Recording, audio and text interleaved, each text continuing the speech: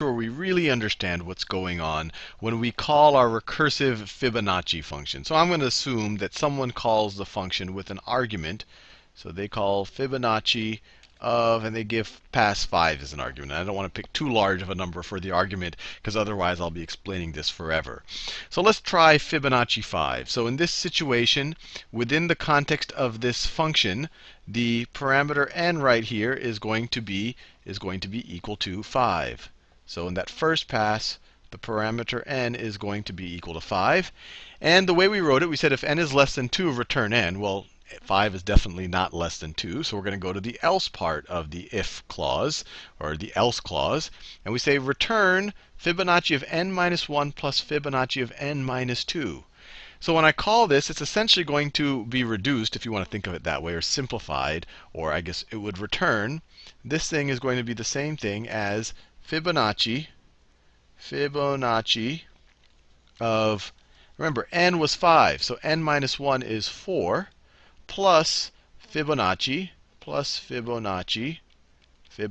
of n minus 2. Well, in this, when we ran the function here, n was 5, so 5 minus 2 is 3. Well, these are just more function calls. So now we're going to go again. But now n is not 5, it's now 4 and 3. So let's try this out.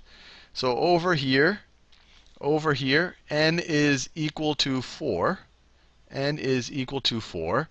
So once again, 4 is not less than 2. So we don't do this part. We go to the else. So we're going to return Fibonacci of 4 minus 1, which is 3. So this is going to simplify to, or Fibonacci, or break down, I should say. Fibonacci of 4 minus 1, which is 3, plus Fibonacci of 4 minus 2, which is Fibonacci of 2. So this right over here will essentially return this. And this over here on the right, Fibonacci of 3, let me make it, because it's going to get jumbled up soon. So this returns the stuff in magenta, and then the stuff I underlined in green will return.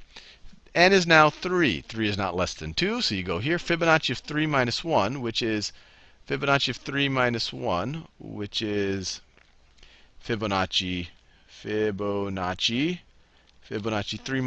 of 2, and plus Fibonacci of 3 minus 2, which is Fibonacci of 1. And then we're going to go over here, and we're going to have to calculate each of these things, because these are just more calls to Fibonacci. And Fibonacci of 3, so you can see how this is getting pretty involved right now. In fact, I'm going to start writing fib, short for Fibonacci, so I don't run out of real estate. Fibonacci of 3, when you call it, n, 3 is not less than 2, so you're going to go here. That reduces to Fibonacci of 3 minus 2. So that is Fibonacci. I'll just write fib, short for Fibonacci. Fibonacci of 2 plus Fibonacci of 3 minus 2, plus Fibonacci of 1. So it reduces to that, or breaks down into that. And then over here, Fibonacci of 2, 2 is not less than 2. So we're going to have to return Fibonacci of 2 minus 1. So that's Fibonacci of 1 plus Fibonacci of 2 minus 2. So plus Fibonacci of 0. So it breaks down into those two calls to Fibonacci. And then over here, Fibonacci of 2, same thing. We made a call to Fibonacci of 2. That's going to break down just like this call to Fibonacci of 2 did. It will break down to a call of to Fibonacci of 1 plus Fibonacci of 0. So we get that. And then we have Fibonacci of 1. This is interesting, because when n is equal to 1, now all of a sudden this clause up here becomes relevant. Because now n is less than 2, and it says return n. So this right here is going to simplify.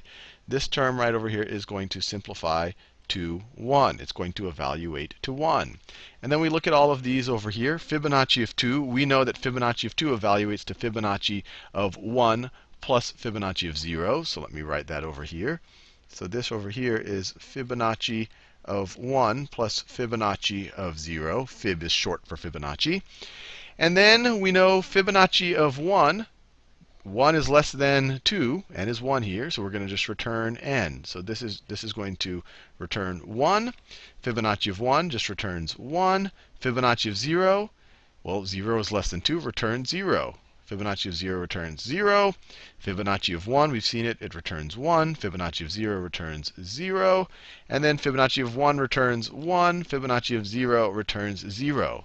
So the whole time that the interpreter is processing this recursive function call right over here, it kind of has to remember all of the previous how it got there. Because once it eventually gets down to the base cases, it gets down to n equals 1 or 0, and actually gets a numeric response, it then has to build up to its previous response. So Fibonacci of 2 right over here, it's 1 plus 0.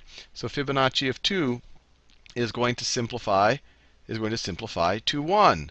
This Fibonacci of 3 was going to be Fibonacci of 2 plus Fibonacci of 1. Those had simplified to 1, so this is going to be 1 plus 1. This is going to be 2. We go over here, Fibonacci of 2. Fibonacci 1 plus Fibonacci 0, 1 plus 0. This is going to be 1. Fibonacci of 2, 1 plus 0. This is going to be 1. Fibonacci of 1, well, that's just 1. And now we go up to this level. We're kind of reconstructing it back so that we get to the original function call. And I'm not going to go into the details of how does the interpreter actually doing that. This is actually a fascinating discussion, but I'll just think about how do we think about it, what's happening in this recursive function call, and why is it working? Why is it giving us the right answer? And then we go over here, Fibonacci of 4. Well, Fibonacci of 4 is the fourth Fibonacci term is the sum of the third and the second Fibonacci term, which we've already figured out. Those are 2 and 1. You take their sum, you get 3. The third Fibonacci term, by the definition of the Fibonacci sequence, is the sum of the first and the second terms. The first and the second terms, those are each 1. 1 plus 1 is 2.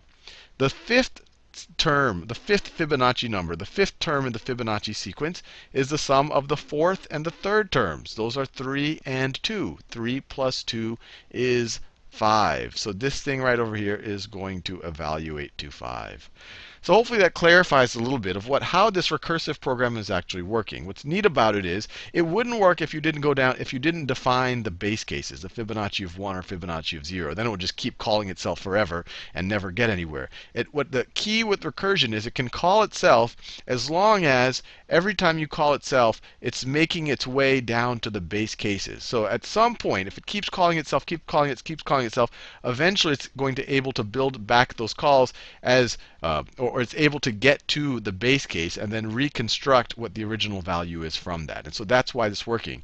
Every call to Fibonacci is a simpler version. I have a lower n, and eventually my n's are going to get to the base case, which will actually give me actual values that I can then reconstruct for our original call. So hopefully that helps a little bit. Recursion can be confusing, but at the same time it's kind of elegant and beautiful in its own way.